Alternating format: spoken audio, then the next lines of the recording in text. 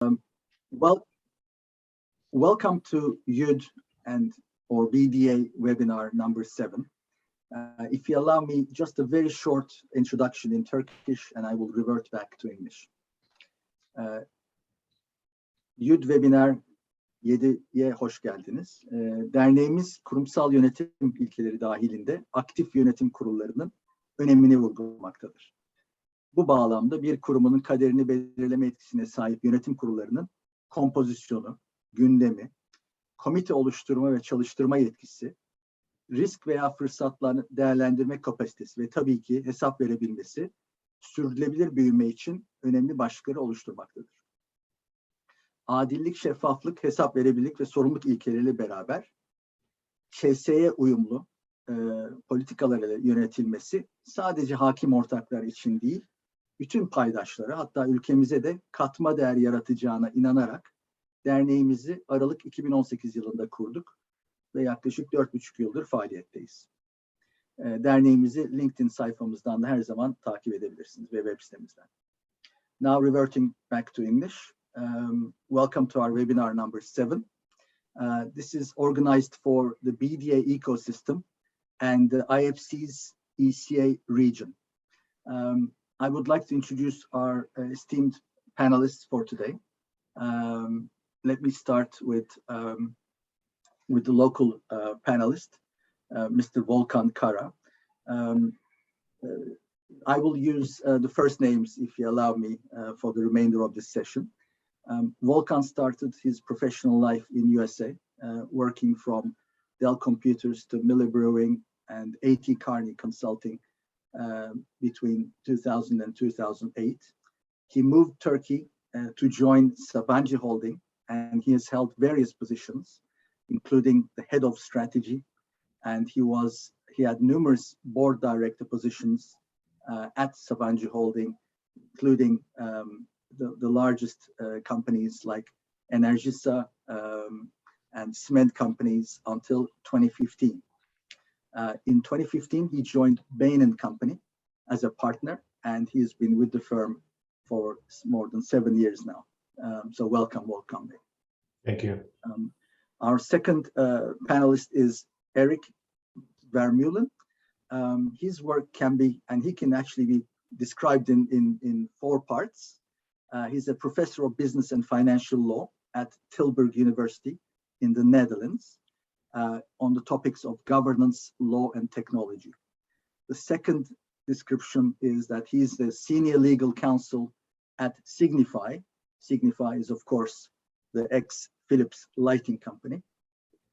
Number 3 is that he's a content creator. He has his own blogs, and he writes on the topics of emerging technology, innovation, gaming, and new opportunities. And he's on the online publishing platform Medium, if you'd like to follow him. And finally, he's also an expert advisor to international organizations, national and local governments. Welcome, Eric. And myself, Mehmet Sami.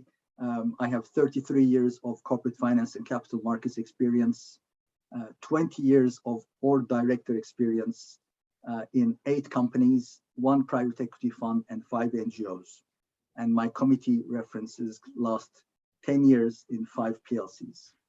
So today, the house rules are, we will have around 40 minutes of a quick interactive discussion. We're going to have Q&A at the end. We will run blind polls, so please participate in those polls if possible. And there will be a Q&A at the end, as I mentioned, for 10-15 minutes. And we will be hard stopping at the beginning of the hour. And we thank Sabancı DX for hosting us on today's webinar. So in order to introduce the topic, we have quite an interesting topic today. And our mission is to raise awareness about boards as a transition tool in the ECA region, which is our main purpose. The event will focus on 3 areas, I could say. One is the Twin Transformation Challenge, and that is the digital and ESG transformation. We will talk about what key stakeholders are expecting companies to do now, and of course, stakeholders being customers, investors, and the regulators. And what should the board be thinking about in the world of rising complexity. And the complexity referring to the new type of risks and opportunities we're facing today. Risks are part of our life, especially in countries like Turkey, an emerging market where we see many issues come by, and we learn from those issues and risks, and ultimately we'll learn and become resilient. So in Turkey, we say we're a resilient bunch of managers. However, we should also remember that not all risks apply to everyone, and risks can impact sectors, countries, or even geographies, all separately and differently. But now, the technology and climate-related disruptive risks apply to all of us and are very unpredictable. So the board of directors plays an important role, but sometimes misunderstood. So with this, if everybody allows me, I'm going to start with very quickly 2 polls. So please answer them, and this will give us light for guiding us the discussion. The poll number 1 is out. In family-controlled companies, boards are what to you? Significant, somewhat more important than widely held companies, the listed companies. So it's a simple poll, and we should remember the final outcome. Please, last few seconds before closing of the poll. Okay, I will close now. And this is the result for our panelists and for the audience. So quite a big percentage say even more important than widely held companies. So I would like the panelists to maybe to mention this in a few minutes. I'm going to run one final poll. Please also participate in this.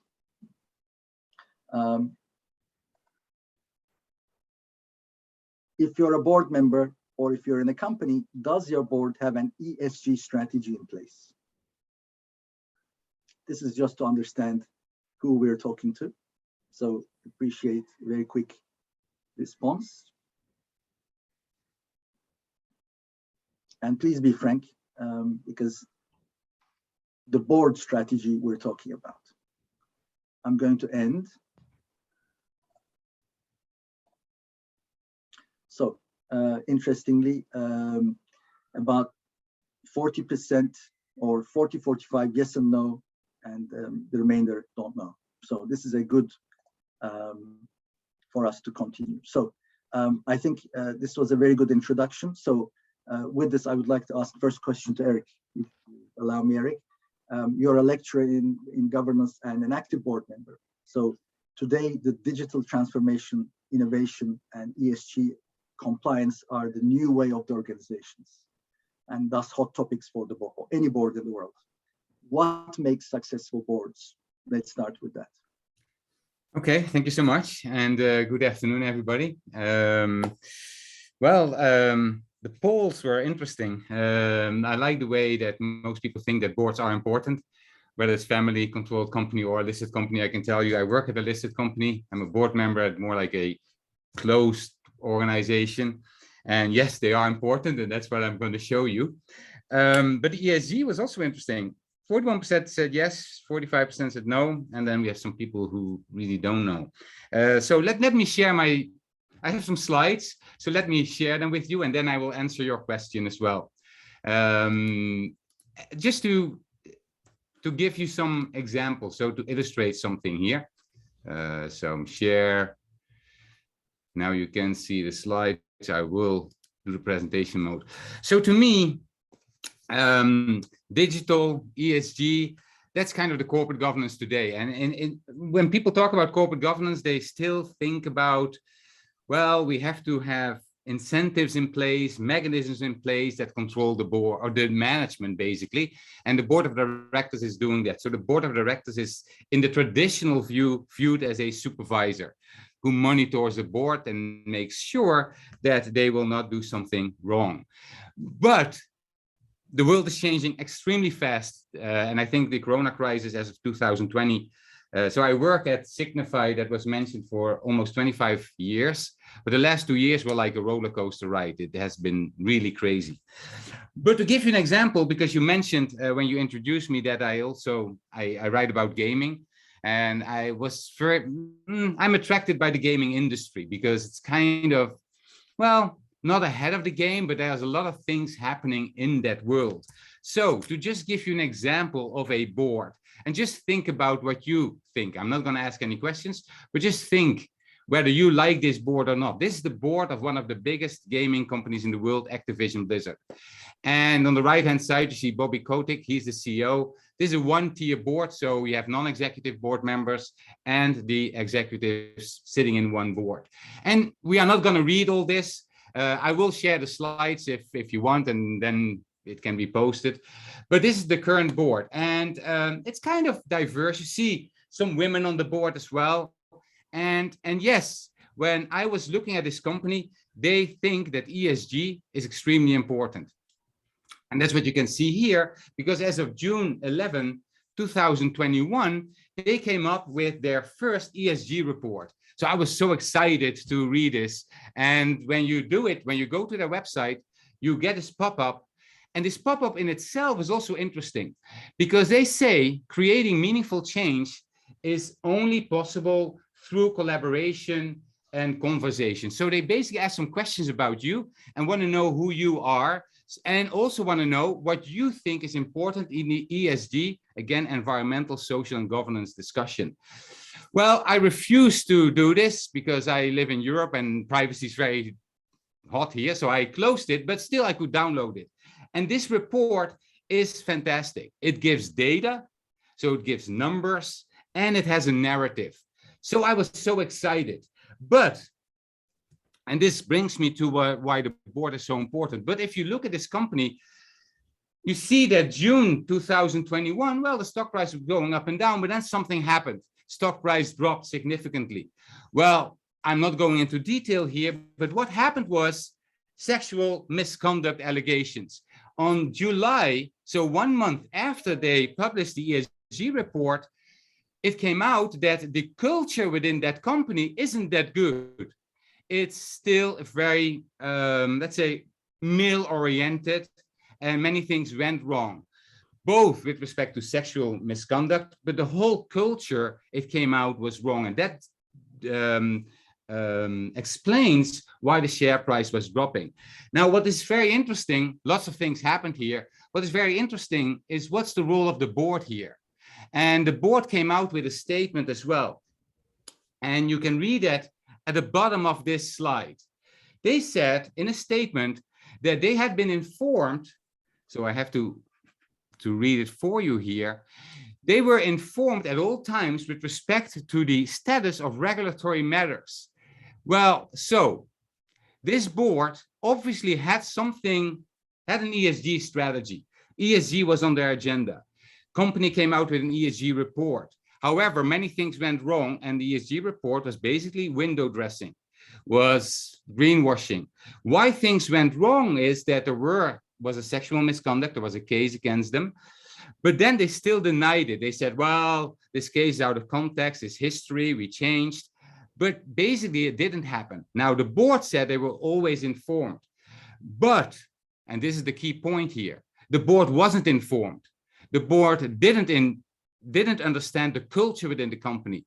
So when you talk about ESG and the disruption, it's more than just checking boxes. It's really understanding the culture within that company. And that brings me to something interesting here that is happening as of 2019. More and more discussion you see about boards, and more people think that the boards are broken. So the boards, as we view them, they worked really well in the past when a company was just attracting investment and did some mass production and offered it to the consumer. But right now, it's not about investors, consumers, society anymore. It's about all of them all the time simultaneously. And that makes boards extremely important, because if boards understand the culture, of the company, they can actually drive innovation, and they become more a partner of management. They are not going to sit on the chair of managers, but they are more partner of managers than a supervisor. So to summarize, what you see on the left-hand side is Activision Blizzard.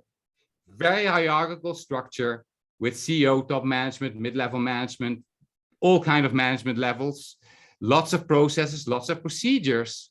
But what they did not understand was that companies are not hierarchical structures anymore. Companies become more like ecosystems where the culture is extremely important, and boards have to understand this culture. Now, and then I will end, because that's the answer to this question. What we see happening, and I see it also happening within Signify, I see it happening within the organization that I'm a board member of. We go from these hierarchical structures with lots of processes and procedures more to this kind of ecosystem. And I call this the co-creation governance, where consumers, startups, employees, former employees, they all have a role to play in what the company offers. The company or organizations don't offer products anymore. It's not even services, it's the whole experience. Now, if you think back of this slide where the stock price was dropping, you also saw that the stock price jumped again. So you might say, well, Eric, this was just something and everything was fine. But what really happened was that Activision Blizzard, and that kind of saved the stock price, Microsoft made an offer on the shares, and they will acquire this company and will delist it, and it will become a Microsoft entity. And this is interesting because Microsoft is an example of a global company that kind of understands that the culture is so important. And this is a quote of Satya Nadella, the new CEO of Microsoft. We live in a multi-constituent world. The role of the CEO and the company is to keep all of the stakeholders in balance. It's about the consumers, employees, partners, shareholders. It's all about all of them all the time simultaneously. And this is something that boards should understand as well, because the boards, again, play a much more important role in helping the companies through this transition. And that's why we have this title. They become a transition tool, which also means that managers should understand that they can use the board to their advantage and not only view them as a supervisor. I will stop sharing here. I have some more slides for later. Okay, stop sharing. But I think this answered your question. Yeah, thank you. Very good. I think you've also mentioned that there's a difference between a privately held company versus and others. I think PLCs are much more sensitive. For example, in the Turkish case, you mentioned culture. 95% of companies are family owned, and culture plays an important role on the board itself. So for example, the fact of, and this is a separate webinar topic, which we as BDA will also cover, how to balance the ExCom, executive committee, and the board, because some families run their companies by just focusing on the ExCom, for example, and disrespect the board. So how to organize the future, organizational culture, etc. Can you mention some of that? What are we expecting with these changes and these disruptions that are coming to us? Well, of course, the ExCom, they play a very important role. They make strategy, but they will do this together with the board. And I think what we should do, as I mentioned, is the ExCom. If you talk about what's the dynamic between the two, I think the ExCom, whether it's and particularly in family-controlled companies, by the way, I think, and that's why I like the results of the poll.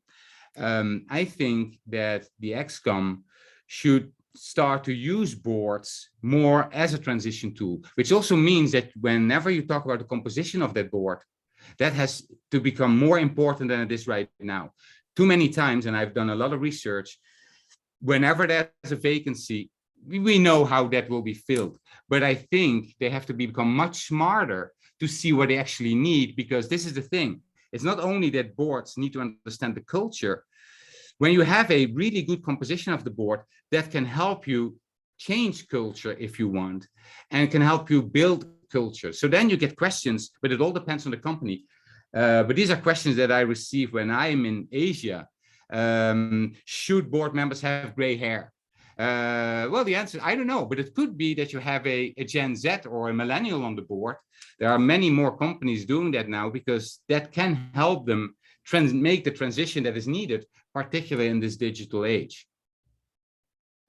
This is important, and in fact, as BDA, we ran actually a separate webinar, which is on our website and YouTube channel, on the use of shadow boards. So this is a new concept. So that's how to get the young engaged with the board.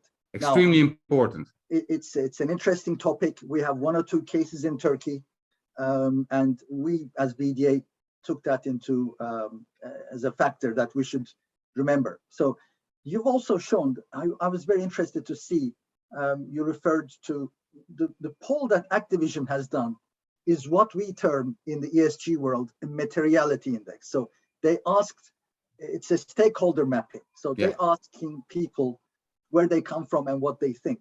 So the crucial role of the board is whose voices are we hearing in the board, which is another factor. So any comments on that? Because I think, again, in family-owned companies, we see mostly the major shareholder.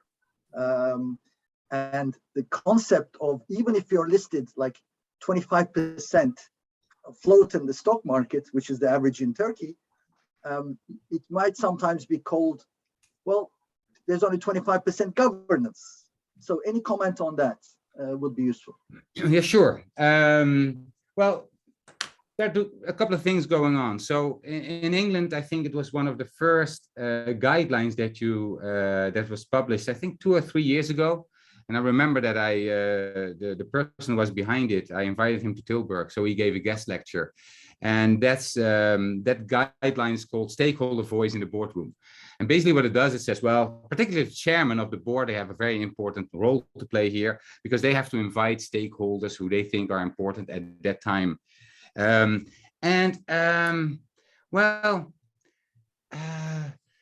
Yeah, it could work, but what I see happening is that it becomes kind of a box ticking exercise, and that's not what we should have.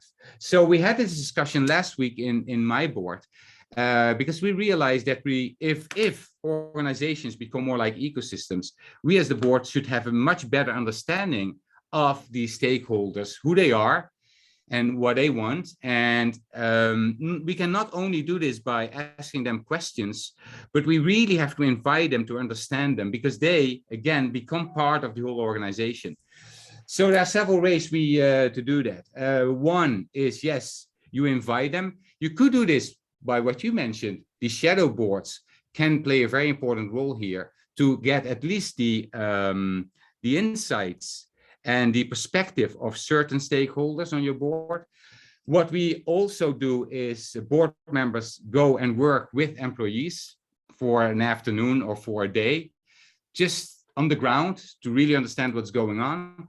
Social media, we now realize that we have to, as a board, understand what is being said about this our organization on social media, and we have to spend much more time on it than just sitting there, because there's a lot of stuff, fake news there, but it gives you kind of an idea what's happening. And this is an interesting point, because in India, there's a car manufacturer, Mahindra, and the former president of Mahindra is very active on Twitter. And he said, well, every executive should be active on Twitter, not just because you are on social media, because it gives you so many insights on what the company is about and how people view the company. And he uses this as a business tool. So again, we are going to map social media. We are going to work together with employees just to understand the company better. We will probably participate in EXCO meetings as an observer, because you really want to understand what's going on. Okay, thank you for that. And for our panelists, for our audience, please use the Q&A buttons. We would like to have your questions short as possible, and I will deal with that when the time comes, but don't forget your questions. There's So one more before- thing. If I can add one more thing, this will only take 30 seconds. What is probably the most important tool to get a better understanding of the stakeholders is communication. And it's communication that the company is doing. It's not anymore about disclosing information, but it's about starting a dialogue. And the way you communicate should always focus on how can we start a dialogue with the stakeholders. And there's one company that I just want to mention, because it's not a listed company. It's a startup company, a scale-up company in the UK, which is called Gymshark. It's a sports apparel company. And they found a way. What he said, the CEO said, well, we want our employees to be very close to the consumers. So they create hackathons, events where they can actually meet and co-create together. So again, it's all about this co-creation that you should also introduce on the board. Okay, thank you. That was very useful. So we will come back, Eric, but now I'd like to turn the mic to Volkan.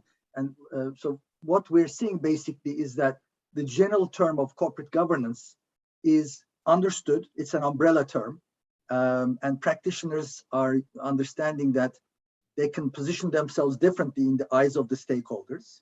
In other words, they earn trust. But today we're witnessing a major change on the stakeholders front. So regulators are setting new rules.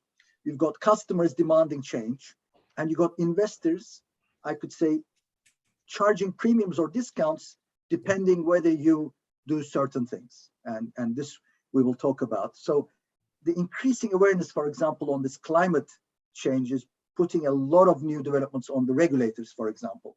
So new reporting systems and taxes are being introduced. So we're actually seeing a wave of change from corporate governance to ESG as an umbrella terminology.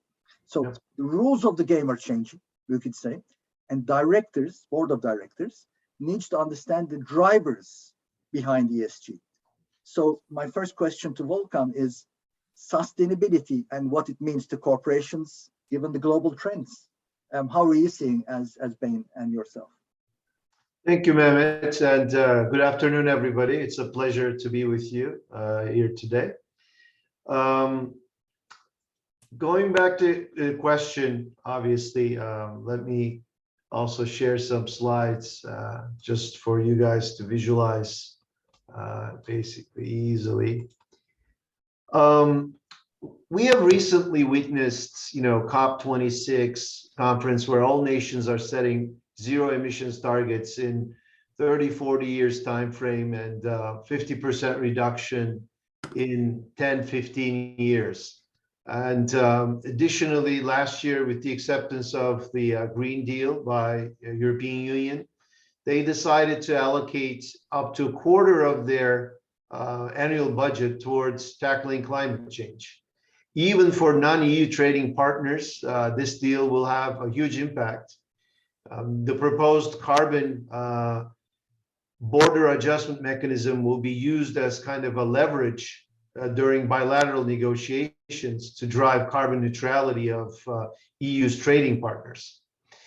So, however, what we call sustainability and corporate responsibility is beyond, obviously, climate change. It is definitely part of it. Most boards have already embraced this and established sustainability committees to drive their strategy and integrate it with their corporate business strategies. Environmental, social, and governance elements of sustainability will accelerate definitely your core strategy by addressing your evolving environmental, social, and economic fairness issues and opportunities to create businesses which deliver profitable growth in a truly sustainable way. Most companies actually develop their sustainability efforts after their business strategy. So they're kind of trying to push that into the business strategy. However, what we see is in order to be successful in this inevitable journey of sustainability, the business strategy and sustainability strategy needs to be fully integrated and co-developed. Otherwise, it becomes on the fringes, and it's really hard to get success out of it. When we look at the global trends for the next decade, sustainability is kind of bringing 6 major transitions for our economy: energy and carbon, resources and circularity, mobility and smart cities, food and health trends, social and community, and finally, finance and what we call value, because their large financial institutions are now committing funds for all these green transformations. If I was to kind of quantify, give some numbers associated with each of these trends, on the energy and carbon, about $1.5 to $4 trillion is projected in annual investments to achieve 1.5 degrees increase in the temperatures in supply sides of energy system alone. On the resources and circularity, $1 trillion is required to achieve annual economic gain potential from net materials cost savings alone. On the mobility and cities, about $3 trillion would be needed to fund the opportunities from infrastructure and building environment transformations. On the food and health, about $4.5 trillion is the annual business opportunity from food and land use systems transformations. Social and community, which is, I think, very interesting. We're projecting $12 trillion of annual GDP increase, potentially from closing the workforce gender gap alone, just one element of it. And on the finance side, right now, there is more than $100 trillion total under asset managed of signatories to UN principles of responsible investments. So this is an unbelievable amount of capital that would be deployed in the coming decades. And this is just the number right now. I mean, this is surely that this number is going to grow. Some of the key messages around this, I think, is that the rules of the business are changing definitely, as sustainability and corporate responsibility is creating significant disruption. That's why actually we're calling this the next digital. If you recall, I mean, in the past decade, how much disruption digital has created, we're expecting a similar disruption through the sustainability and corporate responsibility trends that are going to impact our future decade. We see every day that leaders are setting increasingly bold ambitions, and a lot of companies are obviously struggling to deliver these because, I mean, setting the target is something for sure, but these are very hard to achieve because, I mean, these are multiple yield journeys, and it's not something that we're not used to as board members, seeing results in 1 year, 2 years. These are going to be achieved over a significant larger periods of time. That's why, I mean, a full potential transformation is going to be the perspective to achieve for boards on these. And finally, I think for sustainability, a value creation plan is probably the most practical way to start this multi-year journey. So how are we going to create value for our company? Thank you, Volkan. I think you mentioned the bold ambitions here. For example, as a practitioner on Turkish PLC boards, I could clearly say everybody is now setting short-term targets, but they are still, and I could say it's a blanket term for most of our PLCs and all family companies, the targets are not matched with the CAPEX and OPEX programs. Correct. Which they have to yet realize in order to achieve those targets they have to do a considerable amount of investment, which may impact the dividends at the end of the day. So we are at a very early stage. The targets are being set, as you correctly stated, but we're not there yet. So in terms of because you mentioned the topics that needs to be addressed, very big topics, very clearly. I think you put it on the map. But what is the role of the board to manage these increasing awareness? I mean, how do you see, are people aware that they need to do a lot of change, and hence the topic, transitioning at the board? So that's a very good question. Obviously, the board will need to decide the question of where to play. I think that's extremely important. So as you can see, I mean, the sustainability and corporate responsibility umbrella now has so many elements in it. And there's no way, obviously, you can perform against all of them. So what becomes critical is you need to determine which issues to focus and prioritize on, because you would need certain spikes to be successful. And for some, you would just barely do the minimum required, because, I mean, there are so many elements, it would be impossible, obviously, to achieve all of these. So here, for instance, I would like to just introduce some of the elements of this ESG, environment, social, and governance, so that everybody has some idea. And so many issues are at hand, like on alone environment side, right? Waste, which is like safe disposal, recycling, reuse of recovery of materials, greenhouse gas emissions, reducing offsetting emissions, contributing to greenhouse effects, air and water quality, water management, biodiversity, animal welfare, land use, where you ensure long-term productive potential of land, which is extremely important nowadays, and we see it with ever-increasing inflation on food prices. Same with material use, raw materials, responsible use of all these natural resources from extraction to all the way to end use. Then you can go to social issues, obviously, product and service safety, health and wellness, digital privacy and security. And these, obviously, some of these will be more important depending on which industry you operate in. Employee health and safety, decent work, community relations, diversity. And on the governance side, some of the key topics are fair sourcing, anti-competitive behavior, indirect economic impacts, governance and corruption, geopolitics, etc.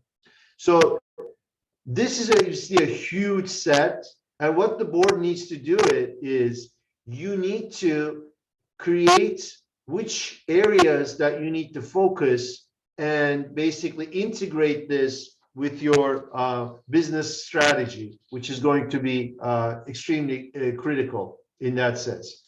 So here, I mean, I really like this. This basically shows the full potential of sustainability ESG as a transformation requires actions across, many parts of the company, both strategy, business model, operating.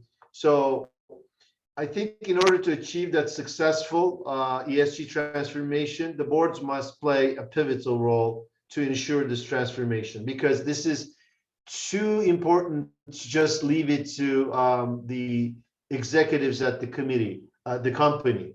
So yes, they will execute it for sure, but now the ecosystems, as Eric mentioned, are so interactive that we need the board to be responsible for all these activities. And what does the board need to do? They need to integrate with the overall business strategy. It must generate value, not only economic, obviously, there has to be some business case. It should be made of multiple small, concrete, and pragmatic steps, because, as I said, this is a journey. It should have a reputational impact. Obviously, you need to be, therefore, be careful and selective. You don't want to fail. Obviously, it will have the opposite reputational impact. Ingrain sustainability in companies' DNA. It's a very hard thing because it will require change management. And even though there could be some quick wins, obviously we have to focus on the journey rather than just with 1 year scope. So like if we look at here, strategy, for instance, we have to set an ambition for a sustainability ESG strategy to identify the desired positioning and prioritize these key themes. Then in the second one, translate this ambition into themes of products and services, and that will coattail with the other aspects of our business model. In terms of our operating model, we have to make it consistent with our operating model, ensuring integration and decision making. Fourth, obviously, reporting is extremely critical because transparency is everything here. So we have to combine financial and non-financial indicators as a must-have to track the achievements of these ambitions. And then obviously communicate this in the fifth element, even branding some of these as our sustainability profile to all relevant stakeholders because of this huge ecosystem we're playing in.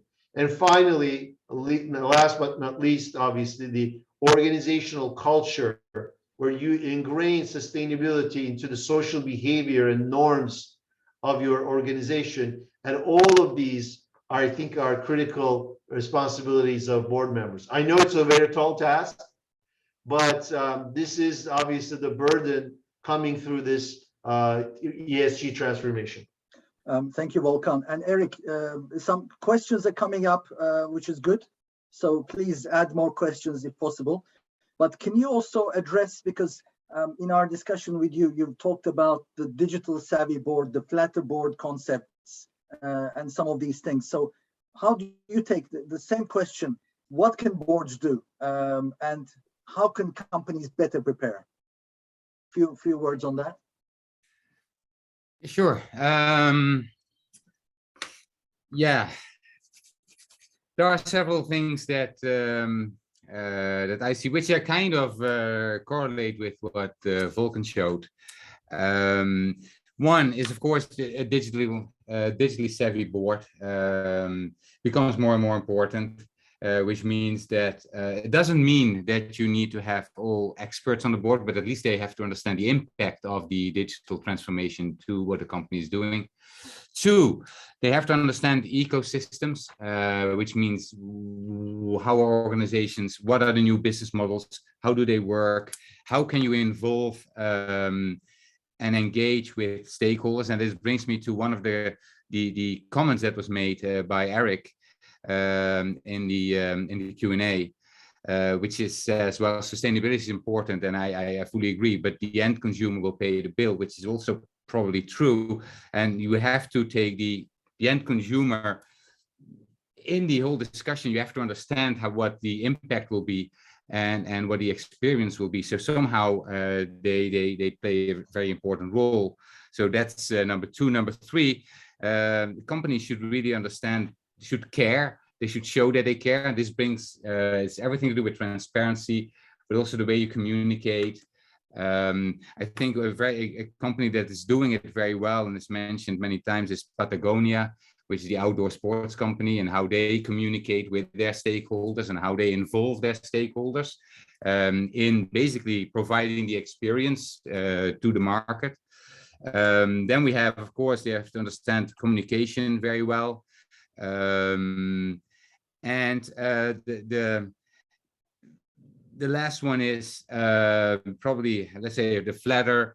Also that the board meetings, you really have to think about how can we have board meetings that have an impact. Which what I try to say is that most board meetings have a full agenda and lots of papers, and maybe it's also necessary, as you mentioned with the shadow boards, that boards sometimes just take one of the topics that were mentioned by Volkan and just talk about that the whole board meeting, so they really have a clear understanding instead of going through these agendas like crazy and check boxes and then go home. Yes, And just on that, I mean, checkboxing is a big illness. That's a global. It's everywhere. And so the problem that we're now facing is how to integrate ESG dashboards into our board decks. So in Turkey right now, I'm involved in some of these practices. So we are at such an early stage, how to incorporate a whole new set of variables so that we can actually do the right job. In other words, the oversight job. So this is important. And in fact, it's becoming a data management job. So a huge data management job. So in fact, again, linking ESG and digital transformation, ESG is creating so much data now that we haven't really solved how to use that data to come to certain decision making. Volkan, anything to add before? Yeah. Just one simple actually framework, which we use with boards a lot because everybody is so confused on this topic. So here, obviously, just even setting the ambition right for sustainability and corporate responsibility, I think is important because it's a choice, right? You have different choices on this thing. You can just be, compliant, which means, you deliver key regulatory requirements and basic standards. You can choose to be proactive, where, you're above regulation and basic standards and some linkage to core business. You can be leading in this category where you're above average sustainability impact and linked to your core business value creation, or you can choose to be distinctive. Obviously, these all have different cost elements for the company as well. And now a lot of people are looking actually, can we monetize this? Can we market this? What does this mean for our business? Can we differentiate ourselves through this? So these choices are all out there, and you have to make, as a board, the right decision, as I said earlier, based on integrating the business strategy with the appropriate sustainability strategy. Because for some companies, it could be just okay to be compliant at this stage, or you can choose to be leading, and that obviously will require different activities. This is on top of just establishing the baseline that you guys were talking. Because all those metrics, those are used to establish the baseline. Where am I? That's my point of departure. But where am I going to go in like 3 years, 5 years, 10 years? You have to first set your ambition and the strategy that will follow it. So I've always really been really impressed when we put this framework in terms of boards. It leads to huge discussions, but I think it sets a good bearing for the future to figure out, what direction should we be taking on.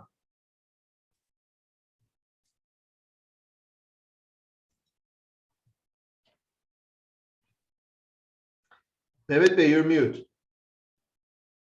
I'm so sorry. So we're going to the last 9-10 minutes. A few questions have come up. So if you don't mind, is there any polls that you'd like to run, Volkan, before we end? Before we start the last few questions? Let's launch a poll where we're asking, how important is sustainability and ESG as part of your business strategy today?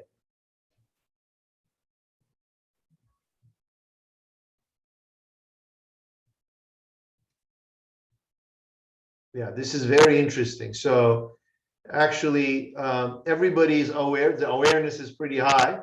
So that means that the question will probably become, do we know what we need to do if we know it is important? So can you kindly, I think the audience may not be seeing it, so share the results. Sure. Yeah, so basically 90% thinks it's somewhat important and very important, which is very good. So there's very strong awareness around it. So now let's ask, obviously, since we believe it is important, have we established any measurable targets for some of the ESG categories I've mentioned? Actually, obviously, there were many categories and issues. And have we communicated them to the public? Yeah, this is of course important for us to learn. Yeah. Given the last 45 minutes or so of our discussion, this will give us a good light as to Exactly. where we are. So I will end the poll here. Again, interesting results here where, about 50% is in the process of establishing the target. So definitely hot topic for a lot of us here. And about a third of the participants have already established some ESG targets, and 20% is still not in that stage. Excellent. Great to have that. Now, few questions. First question for Eric from Don Baran says, several regulators around the world have started to include ESG matters in governance codes, but they still consider companies as strictly closed and hierarchical entities. Does this regulatory effort make sense? And would it be possible to achieve the desired outcome considering the regulator's traditional approach towards companies? Well,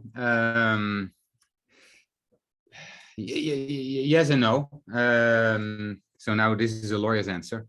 But I think regulation makes sense if you try to, it can start something. It can nudge companies into the right direction. However, the companies should realize that this is a journey, like Volkan said, that they have to do themselves. They have to come up with their own targets.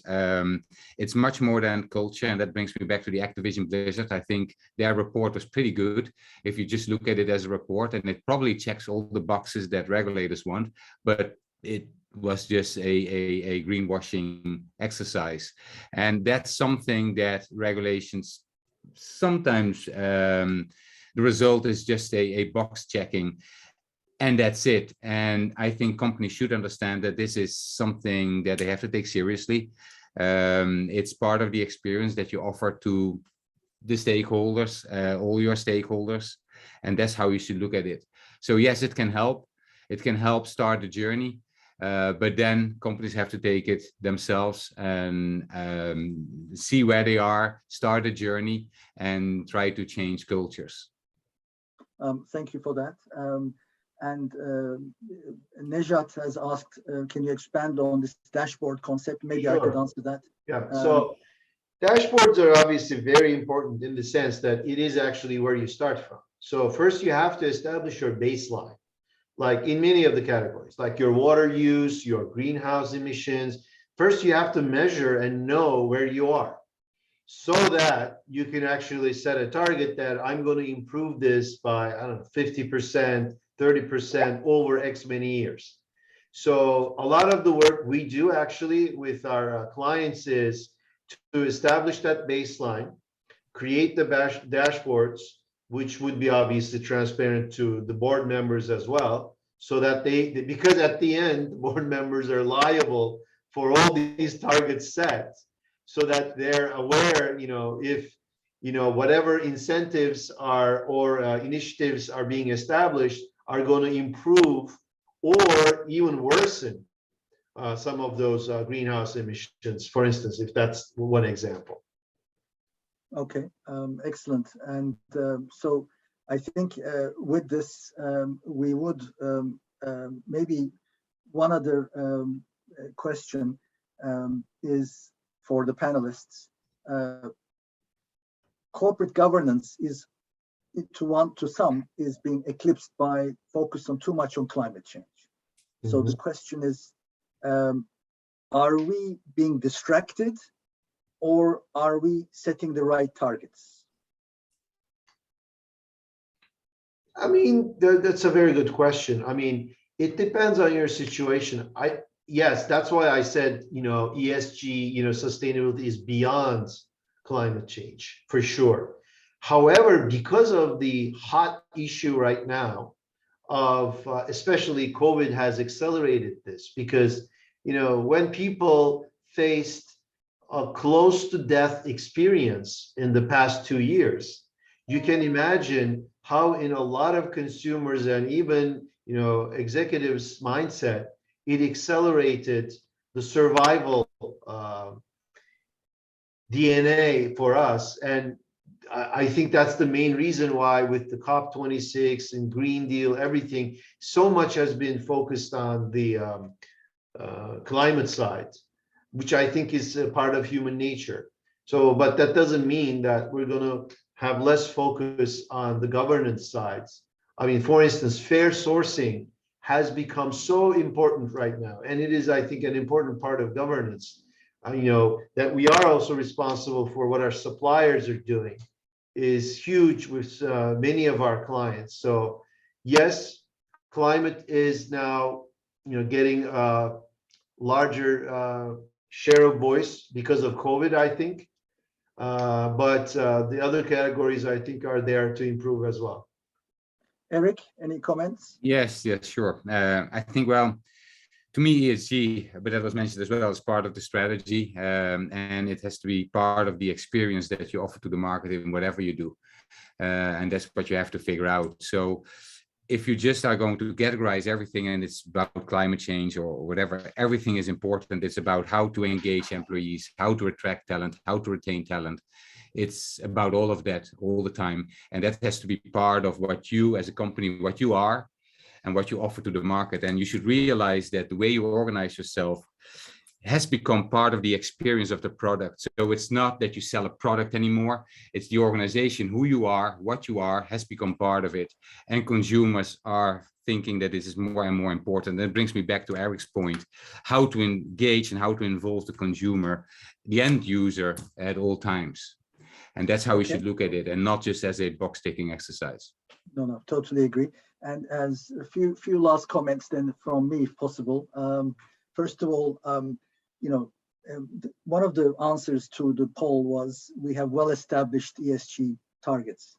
I think I'd like to make a big distinction between sustainability reports versus the real thing. So a lot of people think by doing a sustainability report, they're telling a story and that's it. But frankly, that's not the case. I'm personally living this through. Reporting is not a proxy for progress.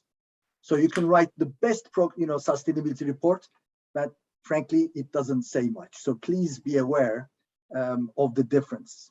So first of all, I'd like to thank our panelists. So basically, this twin transformation, the digital now to ESG, approach and scope varies. There are lots of considerations, and there's no one size fits all.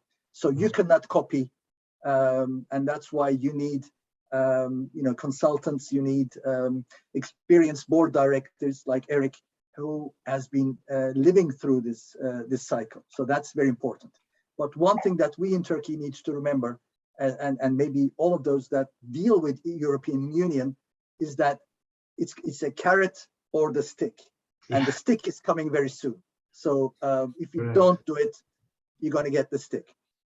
So a few questions that I think the board should be asking. Is the C-suite equipped to lead with digital and ESG transformation? Is there a skills gap in the C-suite?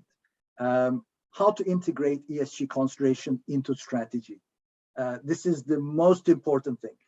And next week, by the way, BDA will have an exclusive webinar with IFC for its members only on this topic of sustainability, where we will talk about the strategy making. And who is in charge? This is a major question. Who is in charge? And this is a topic I think that I can talk for about an hour about the committees, the board chair and the board committees and what they're going to do. But final few remarks, my last minute. Transition needs to happen at the top. Okay, so that's clearly, especially with the strategy setting. Number two, financial literacy was the baseline. Now digital literacy is the in thing, and it has to go beyond the CTO work. So the boards needs to understand this cyber AI RBS protocols that we need to adopt in a company. Traditional board responsibility like regulatory compliance, financial monitoring, we need to expand. And that's what I meant by the dashboard. ESG dashboard now has to come in. And finally, board composition. And I think both members, panelists have mentioned this. Board composition is going to be more important than ever. And include even the CEO selection and the training of that is going to be important. So the prescriptions are stay relevant, data-driven approach, and training. So basically, sustainable growth and climate issue considerations needs a firm ESG strategy and ESG governance. And actually, I read an article and I love the term, and it's called ESG Square. That's the new terminology, which we hope some of our participants will also take to their clients, and attendees will follow these new concepts. We thank everyone for participating today, and we thank Sabancı DX for hosting us, and hopefully we will see you on another webinar, and the recording of this session will be uploaded to our website, BDA website, and our YouTube channel very soon. We thank you, and please follow us on LinkedIn. Thank you, everyone, especially Volkan and Eric. Thank you. Thank you. Have a great day. You too. And Bye-bye. stay safe, everyone.